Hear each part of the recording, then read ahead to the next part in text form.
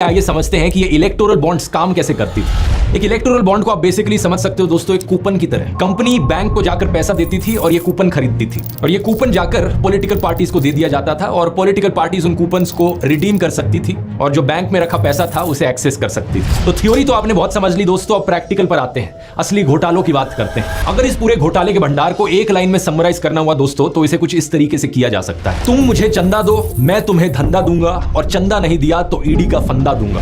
इन सभी घोटालों में तीन एंटिटीज इन्वॉल्व है। पहला पॉलिटिकल पार्टी जो सत्ता में है, दूसरा बड़ी बड़ी कंपनियां और तीसरा आम जनता। इन तीनों के नीचे एक बक्सा रख देते हैं। पॉलिटिकल पार्टी के नीचे जो बक्सा रखा है वो चंदे का डिब्बा है, कंपनी के नीचे जो डब्बा है वो कंपनी के पैसे का डब्बा है और तीसरा पब्लिक के नीचे जो डब्बा है जनता के पैसे का डब्बा है। अब सोचो अगर सरकार जनता के डब्बे से पैसे निकालकर कंपनी के डब्बे में डाल दे और रिटर्न में कंपनी अपने डब्बे से पैसे निकालकर पार्टी के डब्बे में डाल दे इलेक्टोरल बॉन्ड्स के जरिए, क्या आप इसे एक स्कैम कहोगे या नहीं कहोगे? ऑब्वियसली एक घोटाला है।